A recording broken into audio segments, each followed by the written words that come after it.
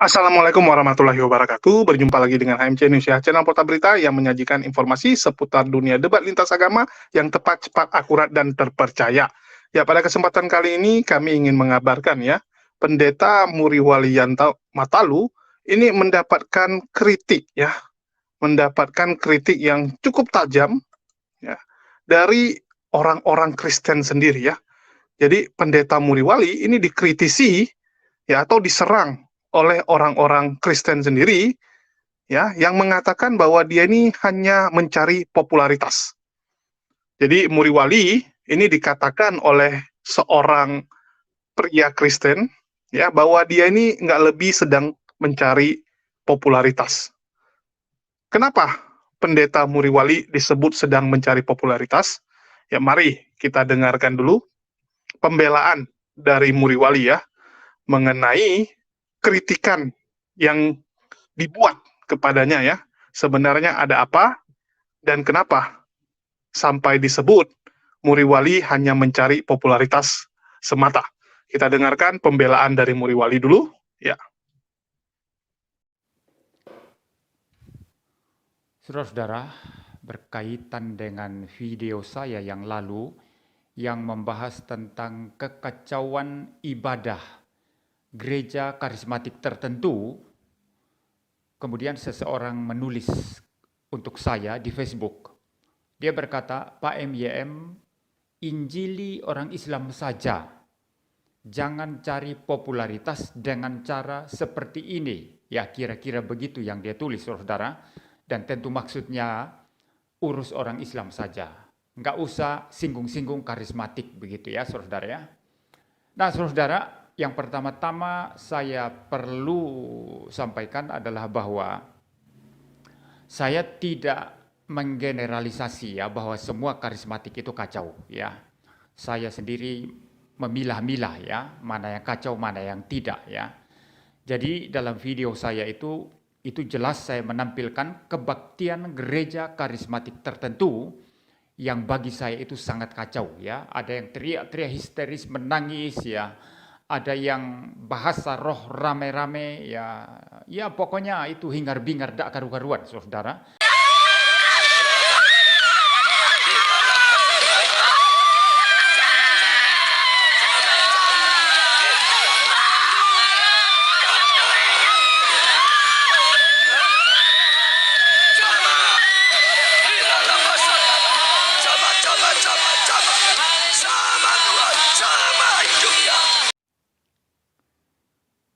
Ya baik, saudara sudah menyaksikan. Bagi saya itu tadi adalah kebaktian yang kacau ya, sangat kacau ya. Ada bahasa yang mereka anggap bahasa roh ya, mereka rame-rame. Lalu kemudian itu ada yang teriak-teriak histeris, ada yang menangis ya. Dan saudara-saudara, Alkitab tidak pernah membenarkan kebaktian atau pertemuan ibadah yang demikian. Di dalam surat pertama Korintus, Paulus memberikan satu landasan atau prinsip yang jelas bagaimana orang Kristen itu harus beribadah. Saudara, kalau saudara meneliti misalnya 1 Korintus pasal yang ke-14 ya, pasal 14 di dalam bagian yang terakhir ya, di dalam bagian yang terakhir itu mulai dari ayat yang ke-26 sampai ayat yang ke-40 Paulus memberikan prinsip-prinsip atau peraturan-peraturan dalam pertemuan jemaat ya. Karena jemaat di Korintus ini saudara, jemaat yang suka menonjolkan karunia-karunia roh yang mereka punya ya. Karunia-karunia rohani yang mereka punya, termasuk bahasa roh dan lain sebagainya. Tetapi dengan situasi dan kondisi yang sangat-sangat kacau, sehingga Paulus merasa perlu untuk mendidik mereka dan menegur mereka dan memperbaiki apa yang salah di dalam jemaat Korintus ya. Dan sangat menarik bahwa di dalam ayat yang ke-40 dari pasal yang ke-14, Paulus memberikan satu prinsip yang sangat penting sekali jikalau orang Kristen itu mengadakan pertemuan ibadah. Paulus berkata apa? Tetapi segala sesuatu harus berlangsung dengan sopan dan teratur. Tuhan kita adalah Tuhan yang sopan dan teratur. Segala sesuatu yang kacau tidak mungkin berasal dari Tuhan. Segala sesuatu yang tertib, yang sopan, yang baik, yang teratur, yang berbobot, yang mulia, yang agung, yang indah, itulah dari Tuhan.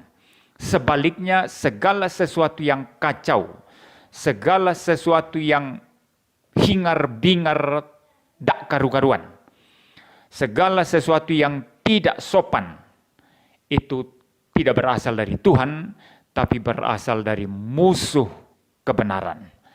Nah, saudara, ini saja tanggapan singkat saya. Semoga kita semua boleh kembali kepada ibadah yang sejati. Mengadakan pertemuan-pertemuan ibadah kebaktian yang benar, memuji Tuhan dengan benar, ya, berdoa dengan benar, bersikap dengan benar, dan juga berfokus untuk mendengarkan khotbah-khotbah yang mengajar, khotbah-khotbah yang berisi pengajaran firman Tuhan yang berbobot. Karena di dalam 2 Timotius 3 ayat yang ke-16 dikatakan di sana, segala tulisan yang difirmankan Allah, ya, yang diilhamkan Allah, itu bermanfaat untuk mengajar, untuk menyatakan kesalahan, untuk memperbaiki kelakuan, dan mendidik orang dalam kebenaran. Maka setiap khotbah yang menguraikan, menjelaskan firman Tuhan yang tertulis di dalam Alkitab, yaitu firman yang sudah diilhamkan oleh Tuhan sendiri, maka itu akan bermanfaat untuk mengajar, menyatakan kesalahan, memperbaiki kelakuan, dan mendidik orang, mendidik kita orang percaya dalam kebenaran. Mari kita menghindari hal-hal yang merusak, hal-hal yang kacau yang ada di dalam gereja, dan mari kita memperbaikinya. Tuhan memberkati kita sekalian. Oke, jadi ini Muriwali dikritisi hanya karena ya dia sering sekali mengkritisi denom kekristenan yang lain, terutama dari denom karismatik yang disebut Sikara Raba-Raba ya. Dikatakan sama Muriwali, oh itu Kristen Sikara Raba-Raba. Ya, jadi kita tahulah bagaimana Muriwali ini sering sekali ya menyerang denom dari karismatik. Saya nggak tahu kenapa denom yang lain ini agak kurang ya mendapatkan kritikan dari Muriwali, lebih sering itu selalu dari karismatik. Ya, selalu karismatik yang diserang. Bahkan beberapa hari yang lalu Muriwali juga menanggapi ya dan mengkritisi nubuatan yang dibuat oleh Pastor Philip Mantova. Dan sebelumnya juga masih banyak lagi pendeta-pendeta lainnya yang dikritisi. Terus, ya saya ingin katakan juga, ini cukup aneh gitu. Tapi ya sudahlah, kita dengarkan lagi lah ya pembelaan dari Muriwali, nanti baru kita tanggapi. Dan itu bagi saya kekacauan, ya. Tetapi ada karismatik tertentu yang ibadahnya jauh lebih tertib, ya. Sehingga saya tidak bermaksud menggeneralisasi. Yang saya kritisi adalah karismatik yang kacau. Ini poin pertama. Poin yang kedua, dari tulisan seseorang itu seolah-olah dia mau berkata bahwa penginjilan itu lebih penting daripada misalnya saya mengkritisi hal-hal yang salah atau hal-hal yang sesat di dalam gereja. Nah, ini adalah pandangan yang sangat-sangat kacau bagi saya. Karena apa, saudara? Bukan hanya penginjilan yang penting di dalam kekristenan. Penginjilan memang penting, tetapi ada juga hal-hal lain yang penting, yaitu membereskan apa yang salah di dalam gereja. Entah doktrin yang salah, atau cara beribadah yang salah, atau mungkin secara moral kehidupan Kristen sehari-hari yang salah, yang tidak sesuai dengan prinsip atau standar Alkitab, itu semua kita harus kritisi. Dan seorang pendeta yang juga menjadi seorang apologet seperti saya, itu adalah menjadi bidang saya untuk saya bahas, untuk kemudian saya kritisi, dan bahkan saya juga menyajikan bagaimana Alkitab sesungguhnya itu berbicara tentang doktrin atau mungkin tentang ibadah yang benar, entah tentang moralitas Kristen yang benar, ya. Jadi saudara, tidak benar kalau mengatakan penginjilan lebih penting daripada mengkritisi yang salah dalam gereja. Kedua-duanya sama-sama penting. Nah, apakah saudara ini bermaksud bahwa saya injili orang Islam, menangkan jiwa orang Islam, dan setelah itu boleh bebas seenaknya saja, mau ibadah seperti apa, mau berdoktrin seperti apa, mau bermoral Kristen seperti apa, bebas saja. Itu sama sekali tidak alkitabiah.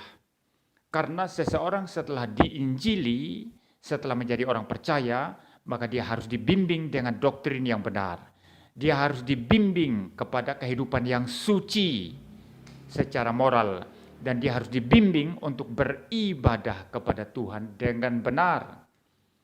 Maka salah besar mengatakan injili orang saja, tidak usah urus hal-hal yang salah dalam gereja. Itu kesalahan yang sangat-sangat fatal. Paulus sendiri berkata, awasi dirimu, awasi ajaranmu.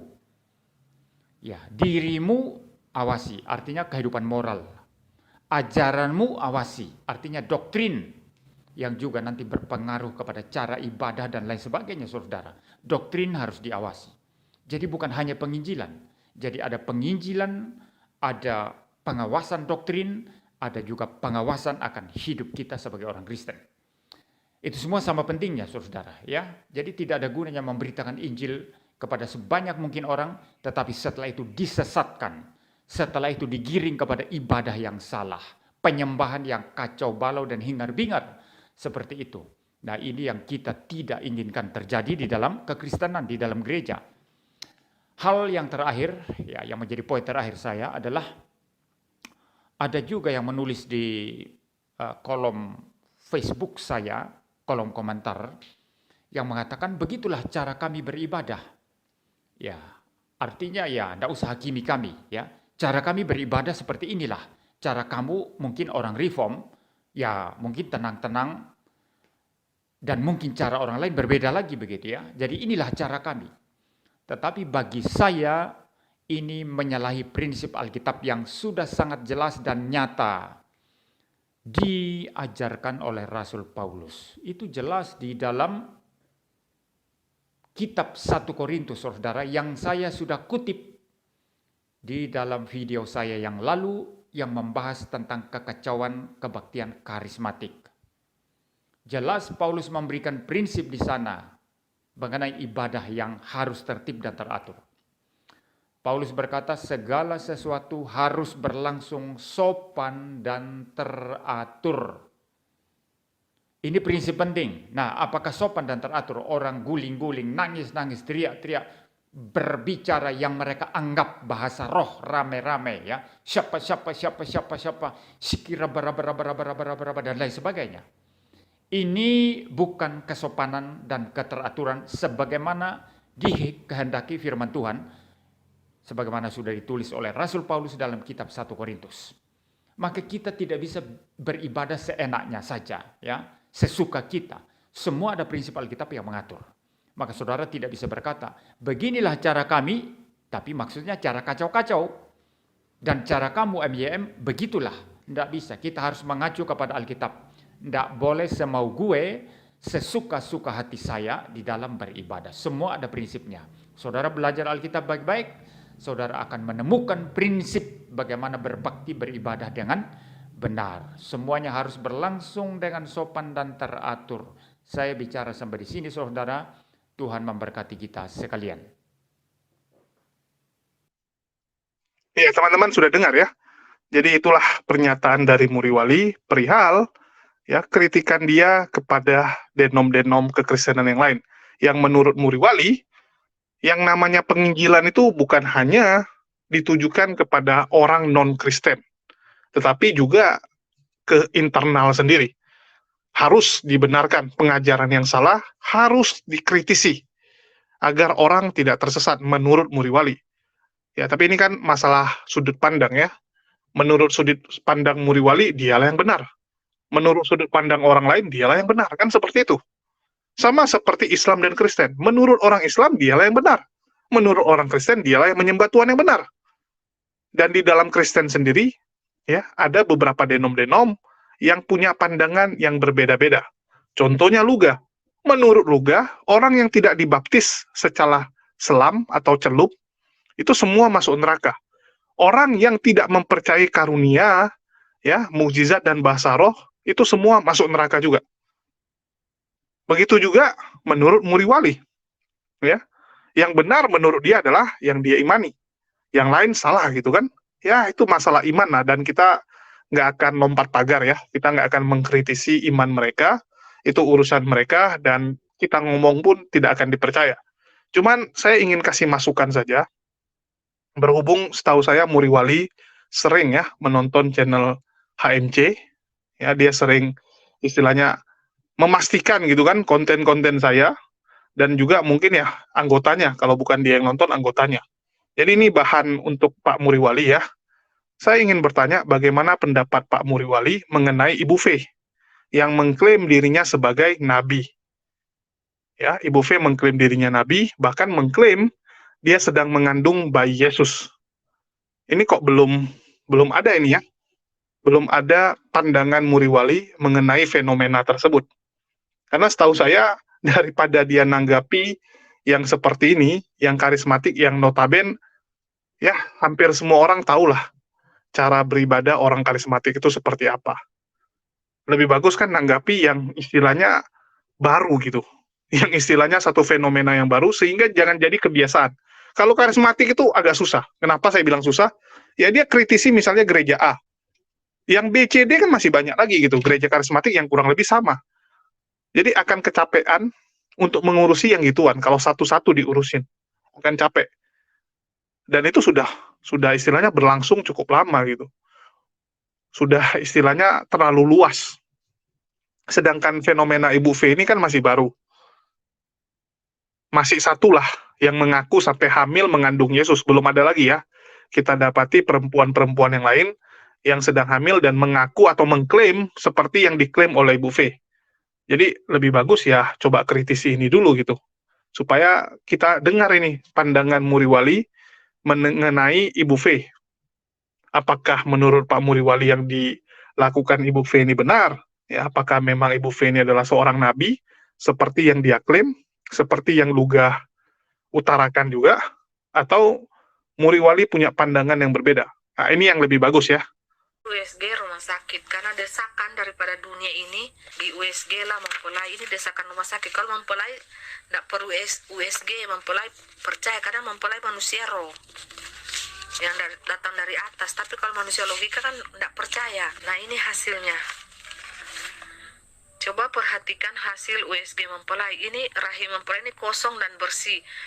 Tidak ada kanker, tidak ada kista, sudah tidak ada, bersih sekali ya Bapak Ibu. Ini hasilnya. Tetapi yang mempelai lihat di sini, nah ini ada seperti Tuhan Yesus pegang bola dunia. Nih gambar kedua. Coba lihat. Coba perhatikan. Gambar-gambar yang mempelai kasih ke kita. Ini, coba perhatikan. Pakai mata roh. Ini siapa Bapak Ibu? Coba perhatikan, Tuhan Yesus. Ini lagi pegang bola dunia. Baik. Coba perhatikan. Ini USG kandungan mempelai ya. Dengan berbagai dari foto yang sangat jelas, beberapa foto. Ini mempelai periksa ini keluar di rumah sakit itu jam 2 subuh Bapak Ibu. Karena saking banyaknya pasien. Coba lihat. Nah, ini siapa ini? Tuhan Yesus ya. Lagi pegang bola dunia. Lagi pegang bayi di tangan Tuhan. Apa sih kalau Tuhan Yesus berfirman, ya dan amin terjadi, maka terjadilah. Apa kata manusia? Mau bantah-bantah? Mau bantah-bantah apa yang Tuhan mau bikin? Mau apa kamu? Haleluya. Nah, ini coba perhatikan ya. Ini gambar Tuhan Yesus ini. Nah, terus foto USG yang ketiga. Ini yang pertama. Ini kalian lihat gambar apa ini? Ada mata dua. Nih, foto yang pertama. Foto yang kedua beda juga. Diambil dari berbagai segi ini ya. Tuh gambar muka Tuhan Yesus tuh. Lagi memegang sesuatu ya. Menjunan, lagi penjunan. Sang penjunan itu lagi membuat sesuatu yang baru deh. Nah, foto yang ketiga. Perhatikan baik. Apa yang ada di foto yang ketiga ini? Coba dibukakan mata roh kita, mata hati kita, apa yang dilihat di foto yang ketiga ini. Itu di foto yang ketiga itu mempelai lihat. Seperti ular yang somati itu. Ular tua yang terkapar. Yang somati. Ular tua yang besar. Coba lihat dari samping. Dari samping. Ular tua yang mati yang so terkapar itu. Atau yang ini. Yang ini. Ini ya. Ular tua yang so mati. Terkapar. Kalau dari depan. Wajah cewek yang cantik. Gadis cantik. Nah ini coba lihat perhatikan. Jadi siapa yang membunuh itu ular tua? Perempuan. Yang sangat cantik. Elok rupanya. Coba perhatikan baik ya. Perhatikan pakai mata roh. Jadi ini. Coba perhatikan. Ini wajah cewek cantik. Coba lihat cewek cantik. Lihat dari arah samping ini. Ini muka ular yang besar. Udah mati ini ularnya. Ini foto rahim Bapak Ibu ya. Terus kita pindah lagi di foto yang ke. Nah ini foto cowok tampan. Ini wajah tampan. Jadi ada dua, cewek cantik dan cowok tampan. Makanya dibilang kembar emas.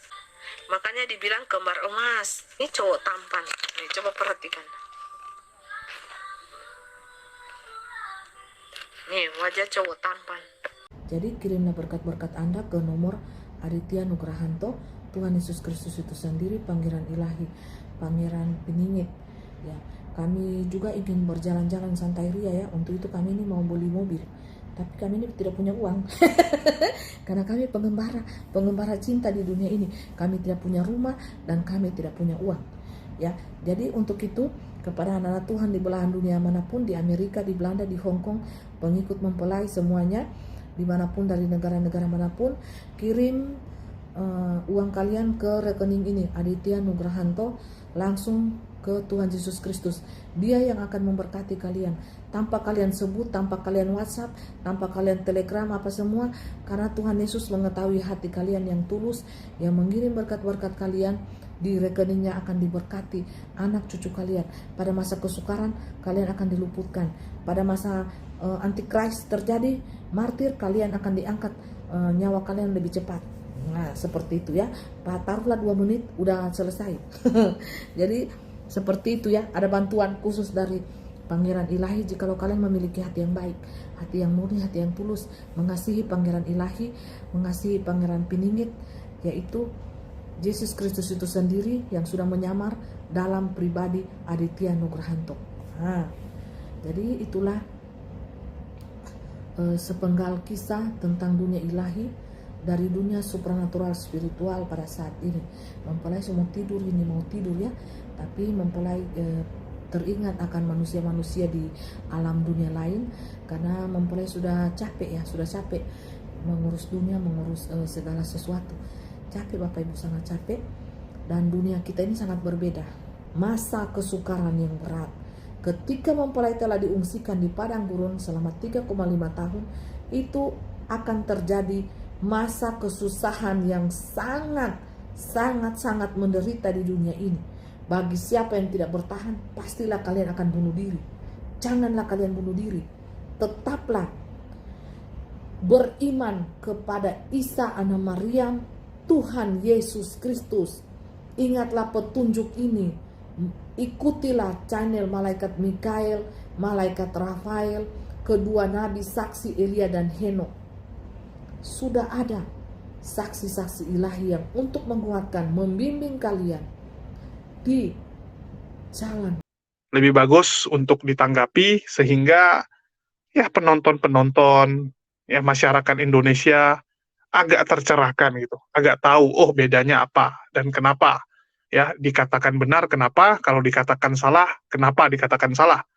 Ya itu kan lebih edukatif. Kalau mengkritisi cara ibadah karismatik udah sangat sering lah, dan kita sudah tahu.